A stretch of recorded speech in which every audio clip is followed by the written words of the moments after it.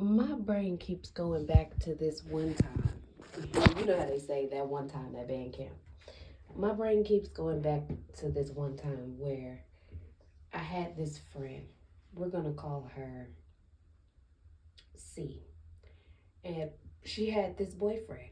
We're gonna call him J. So together they are CJ, right? They lived out of state. We was friends for a little bit. He became, I guess, kind of a mutual because, you know, I was cool with her.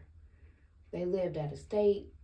I was listening at that time as to, how they situation was and all that good stuff. And I got to the point where I was just like, you know what, why don't y'all just come stay here? Come stay here, come stay with me, come get your things together. You know what I'm saying? Get up on your feet and then do what you gotta do. Cause clearly, based off the way it was being presented to me, all you need is an opportunity to maneuver freely, right? Time passes. They, what seems like, procrastinate on getting here. They finally get here. Everything is fine and dandy for like the first couple of days. And then after that, it becomes a situation where this man quite literally pees on my bathroom floor.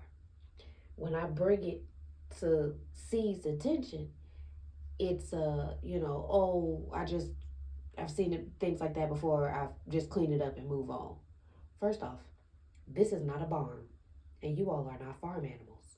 If I'm not pissing on my floor, you should not be okay pissing on my floor and leaving it there, glasses or not. You pissed where you pissed. I didn't realize it was piss on the floor until I stepped in it, quite literally. And it pissed me the fuck off. Mind you, this wasn't the only situation that transpired. These individuals got here and it ended up being a situation where I was cleaning up behind everybody. You know what I'm saying? Y'all are constantly. We only had you agree to pay $200 in rent. You couldn't even get to the first month. Mind you, this was another mind you. When it comes down to living anywhere, right? You normally pay before you stay. And then you go in and you pay for the following month that you're staying. Y'all did not have to pay anything. They did not have to pay anything before they moved in with us.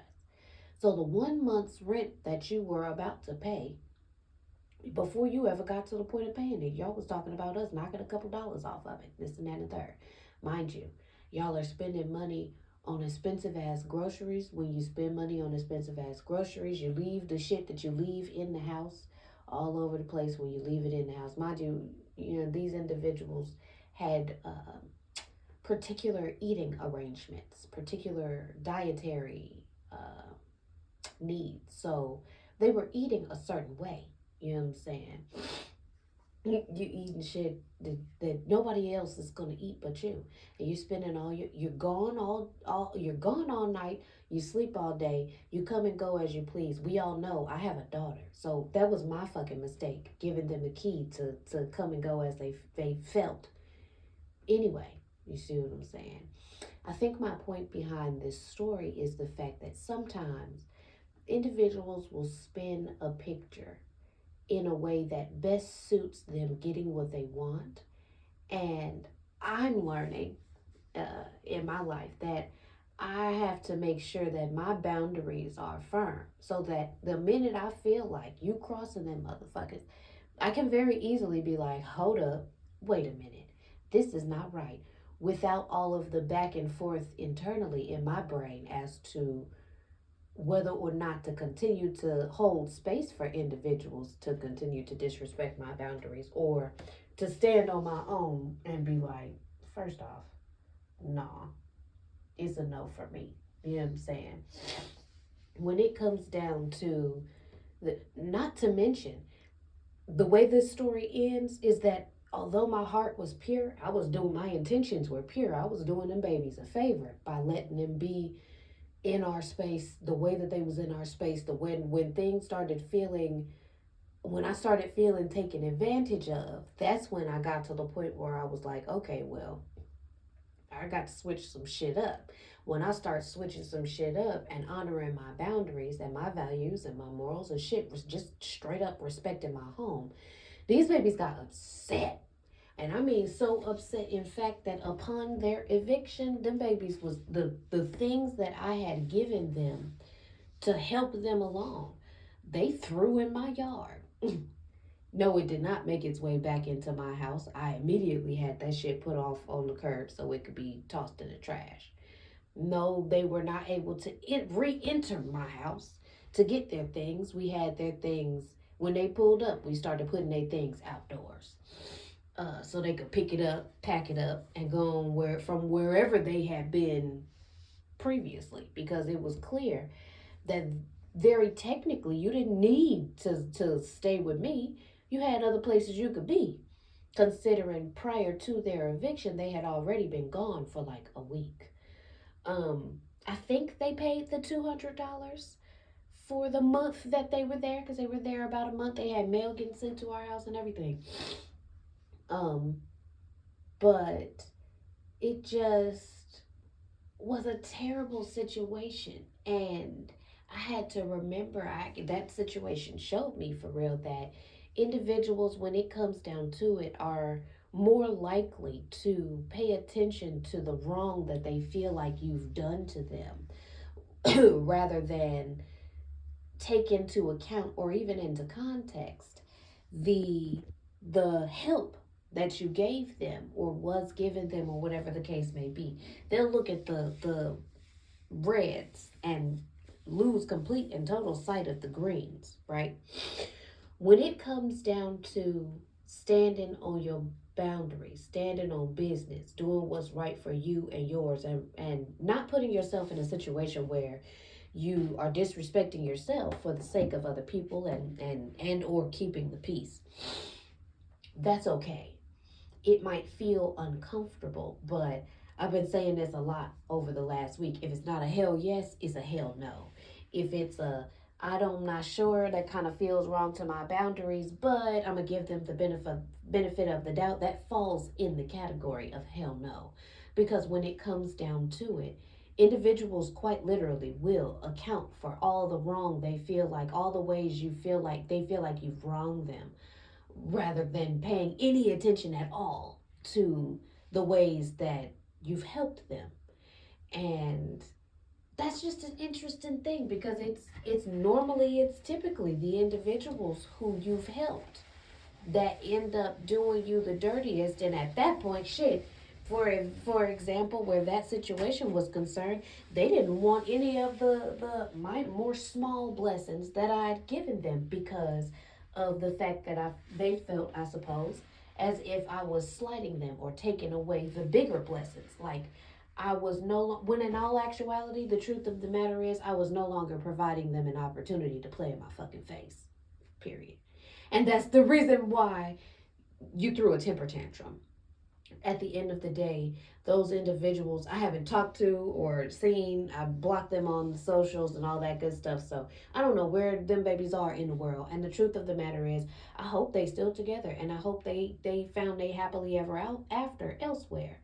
But at that same token, it's it's a matter of me accepting the fact that sometimes you'll make space for individuals to play in your face just because you want to help, just because you got a big heart. You know what I'm saying?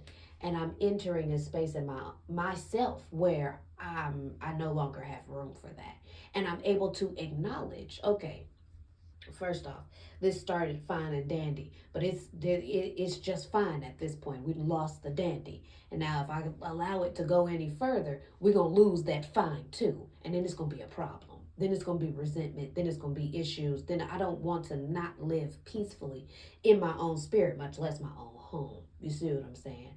And so I don't know. I think this was just a cautionary tale for the future, because I'm getting into a situation now, or several situations, several spaces now, where I'm exiting hermit mode. So not only am I allowing myself to be seen, I'm allowing myself to exchange energy, period, with other individuals. And that feels strange for me. I've grown comfortable in my solitude. I've grown familiar with my isolation, and it's good for me. You know what I'm saying? I do a lot of my growing in isolation and solitude. But at that same token, I think that time it was a time for that time, and I'm exiting out of that time. Evolution is inevitable. So I'm entering a space where I'm meant to work with individuals. I'm meant to come across people. I'm meant to exchange energies with people, even if it is just small talk, small conversation, or listening to whatever it is that I'm meant to listen to. You know what I'm saying? Either way, now's a time for me to get back out there. And I just have to remind myself of my boundaries sometimes, because the truth of the matter is my heart is so big, and I want to help so much so that I have in the past placed myself in situations where um, I've helped and I've helped and I've helped at my own detriment. And the person that I am today no longer accepts that. Like I said before in a video prior, I'm not a bird, so I can't get full off breadcrumbs. You know what I'm saying? And I give in such a way that the individuals that I give to, they getting full. You feel what I'm saying? They getting fed off grandma's hands. You see what I'm saying? So putting myself in a position where I'm not receiving um, I'm not receiving to be replenished in the, and no one else can replenish you obviously, but you have to definitely be in situations that are reciprocal in some way. You know what I'm saying? And the individual that I am today does not have room, does not have space for individuals whose sole mission is to take. I can't say it any other way. 12:12 when I looked up at the clock. Individuals who will place me in a situation to be taken from and taken advantage of for their own benefit, for so they can have they little kikis for shits and giggles for them, you know what I'm saying? Situations where it just is not for everybody's good. You see what I'm saying? And at this point, I'm comfortable with that. I was very uncomfortable with confrontation prior to in my life. I was very uncomfortable with saying no. I was very uncomfortable with saying not right now, or I don't like that. Please don't do that. Um, or reminding individuals, okay, look, respectfully, I've already said before, I don't like that. I don't fuck with that. So if that's gonna continue, we're gonna have to continue down separate paths. Um, I just wasn't comfortable with that. And I think getting into a space of solitude definitely helped me to practice my no, because now I'm having to find balance between my yes and my no, because no is comfortable for me now. Absolutely not. Heck no. Period. I don't have time for that. I'm not going to do that. Or my favorite thing is we'll see. We'll see means no. Probably means probably not. No, I'm leaning more towards no than yes. You know what I'm saying? I'm comfortable in that no, because that no keeps me in a state of solitude, which in my brain keeps me safe. But I realize where there are blessings that and lessons that you miss out on in solitude.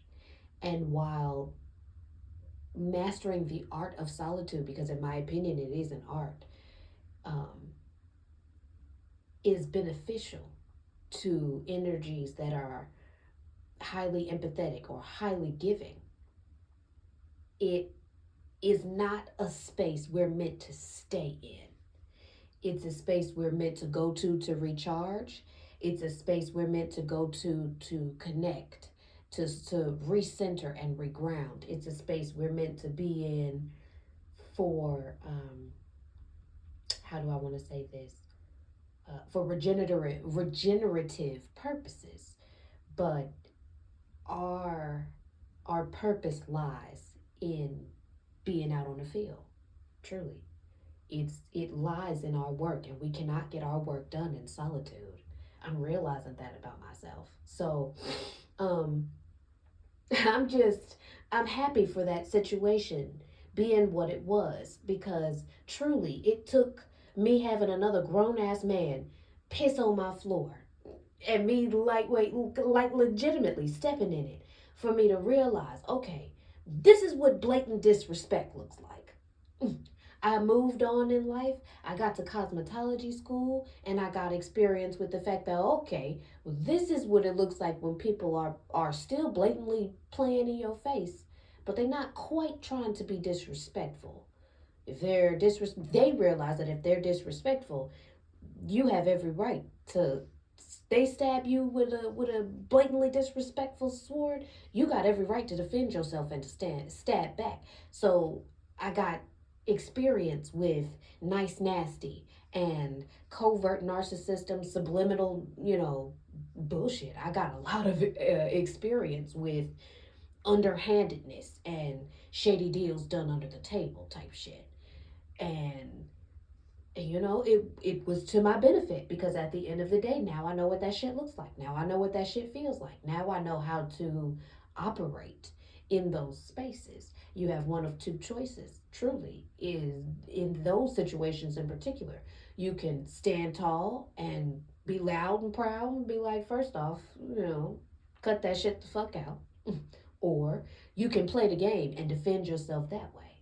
I'm not very good at playing the game, and I realize that about myself.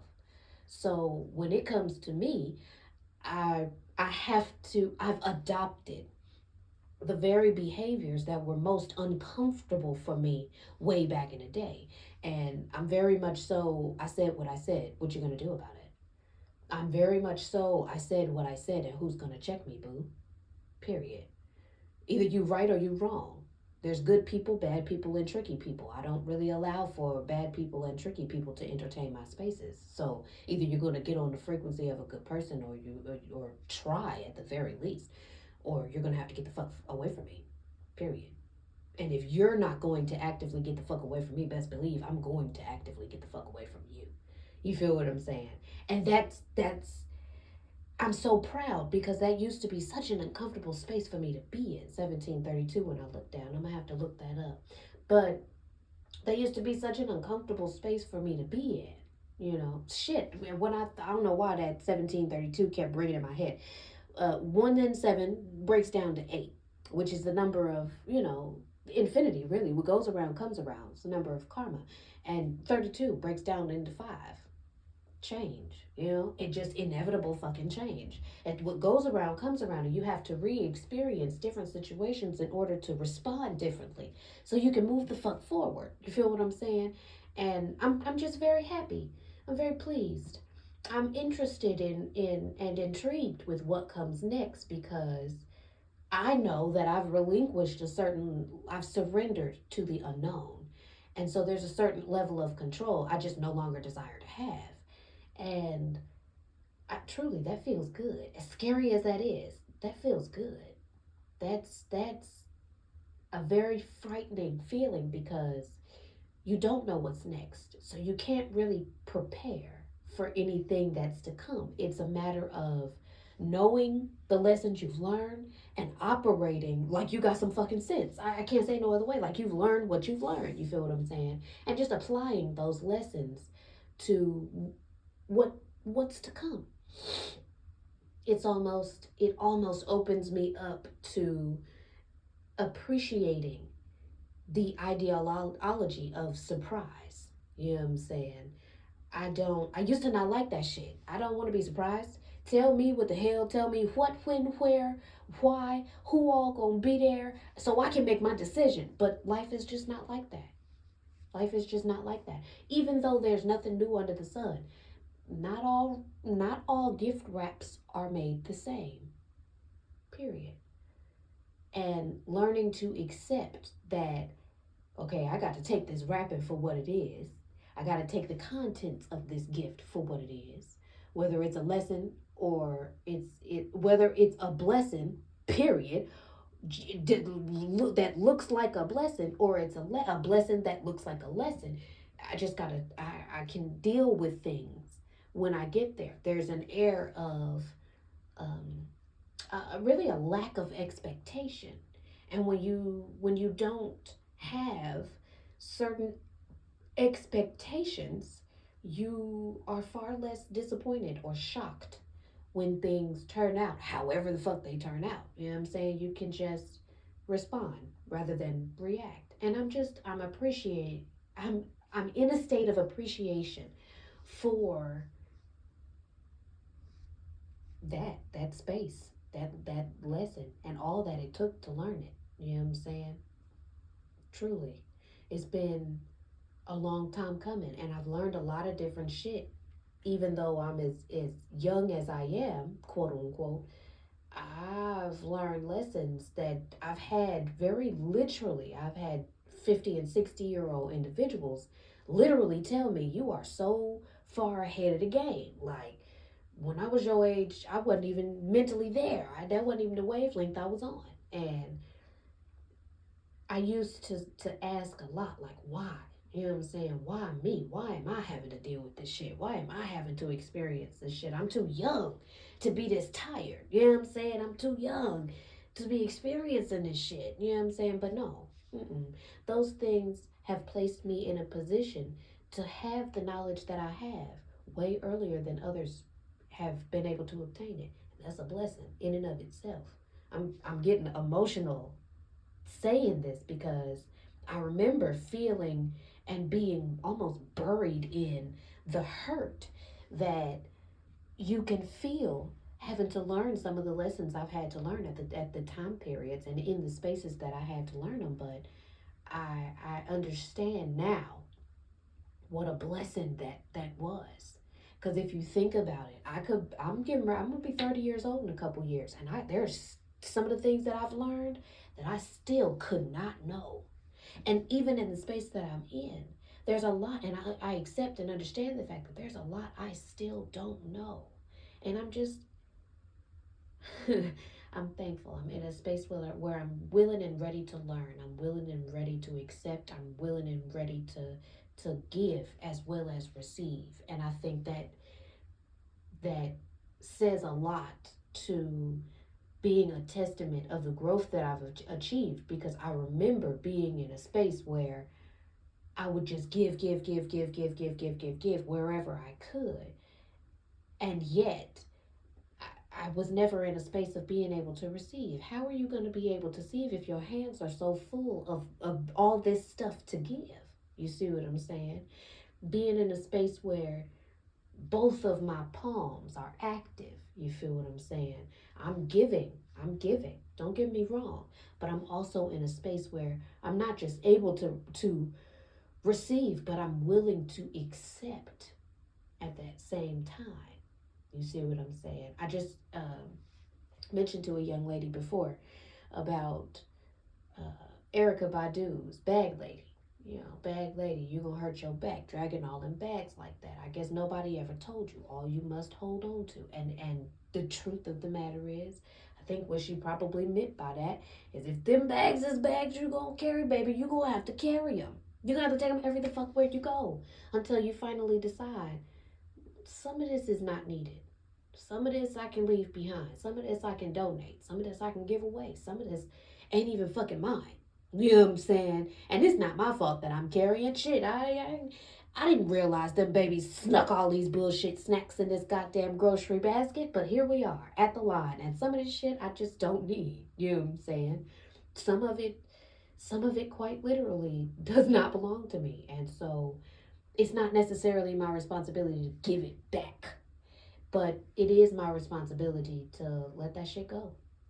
Because the truth of the matter is, if it was snuck along with me, I probably somewhere along the line, even if I didn't even realize it, I took that shit so somebody else didn't have to continue to have it. They don't need it back. I took it from them so they did not have it. Whatever pain and suffering, whatever the fuck it was, I took it from them so they didn't have to have it. And maybe spiritually that was my duty, but it's also at this point my duty to recognize and take inventory, to take stock of what I've got going on, so that I can ditch what I don't need, period, so that I can operate on my most effective level. Yeah.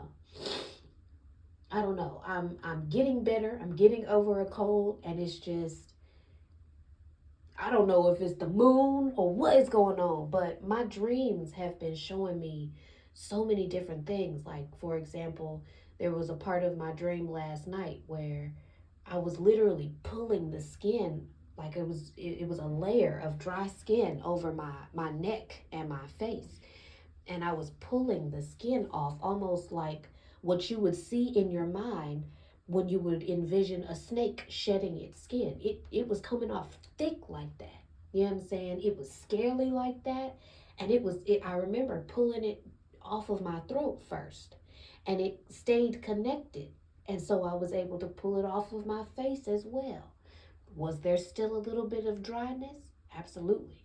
Which says to me there's still work to be done. But at that very same token, what it says to me is it's a time period that's already over. Not only is it over, I was ready for it to be over. I'm taking them clothes off, I'm shifting, I'm moving on to the next thing. You know what I'm saying? I don't know. These dreams have been crazy. These dreams have been crazy, and some of the things that have come across my mind have been crazy too. Cause, like I said, I ain't thought of seeing Jay in years. It's been years since they've even ever crossed my mind. So I don't know. I don't know, and I really do mean when I say what I say. I really do hope they rode off into the sunset and are happy. I hope they get all that they deserve. Period. And that's whatever that is on them. I don't wish no harm on nobody because I understand when you know better, you do better. And sometimes we just don't fucking know better. I just can't say it no other way. It's part of being human. It's figuring it the fuck out. You know what I'm saying? Sometimes you don't get to appreciate the blessings that you have in other people until you don't have them anymore. And your brain goes back and recalls the blessing that you had that you kind of fumble. And you have to A, forgive yourself for when you ain't know no better, and B, you have to put yourself in a space where you understand, okay, that's how I behave then. I'll never do that shit again. You know what I'm saying? So the next time spirit decide to bless me with that sort of blessing, I won't pass it up. I won't fumble it. I'll be grateful. You know what I'm saying? I don't know. I don't know. I'm just thankful. I say this all the time, but I am. I'm thankful. I'm so filled with gratitude. When I understand, when I don't understand, when shit look good, when shit look bad, when it rains and it's thundering and lightning, when it's the sun shining outside and the birds is chirping, when I'm getting the signs and synchronicities, when I feel like I'm not, when I'm feel my most connected and protected, and when I feel completely alone, I'm just thankful. I'm thankful because I'm beginning to understand the blessing that is duality, you know. I'm beginning to understand, and I'm thankful because that's one of my biggest pet peeves is not understanding. So, understanding that sometimes even not understanding is part of the whole shit. It's a blessing. That's a blessing, and I'm thankful. So, period. That just is what it is. I'm just so thankful. Thank you for allowing me the opportunity to speak. Spirit, thank you for allowing me the opportunity to go back in my memory and, again, check myself to make sense of the things that once didn't. Thank you for today. Thank you for all you are and all you do. Thank you for listening. I appreciate you being here. And have a great day.